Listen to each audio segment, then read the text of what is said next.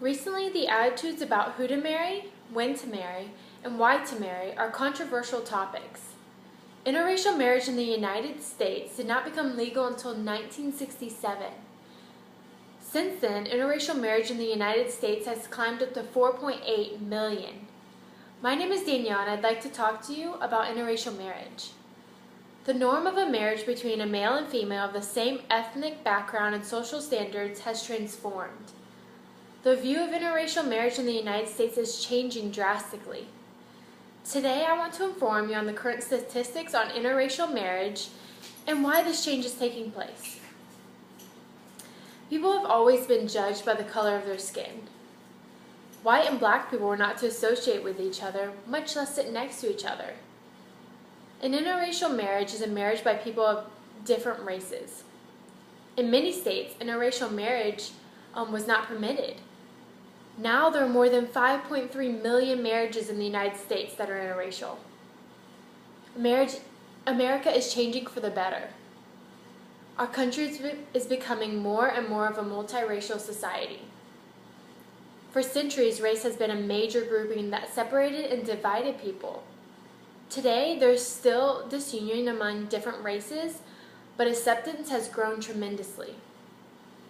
Now let's talk about statistics. 1 in 10 married couples are interracial.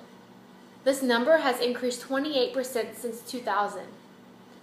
According to newobserveronline.com, there are 275,500 new interracial marriages in 2010. Of the 275,500 marriages, the percentages were the following. 43% were white Hispanics, 14.4% were white Asian, and 11.9% were white black. According to articles.latimes.com, 1/5 of all recent weddings in the western United States were between people of different races or ethnicities. Researchers found that 15% of recent marriages were interracial. Article.latimes.com also said that the state with the highest percent of households with interracial marriages is Hawaii at 37.2%.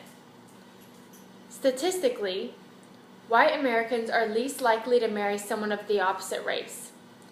The most likely to marry someone of the opposite race are Hispanics and Asians.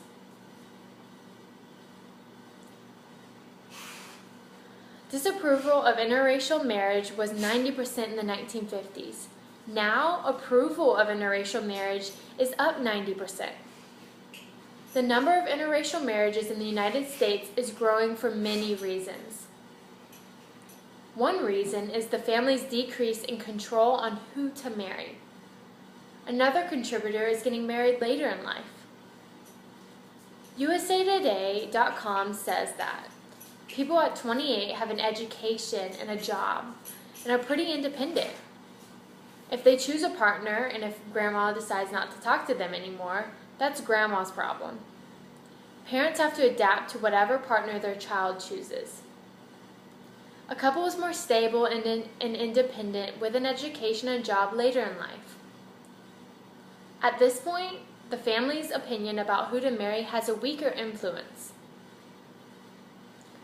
Interracial marriage will experience more social change than any other social group because of the increase in diversity in America. Colleges, businesses, and neighborhoods all have a diverse population. People of different ethnicities are all around us.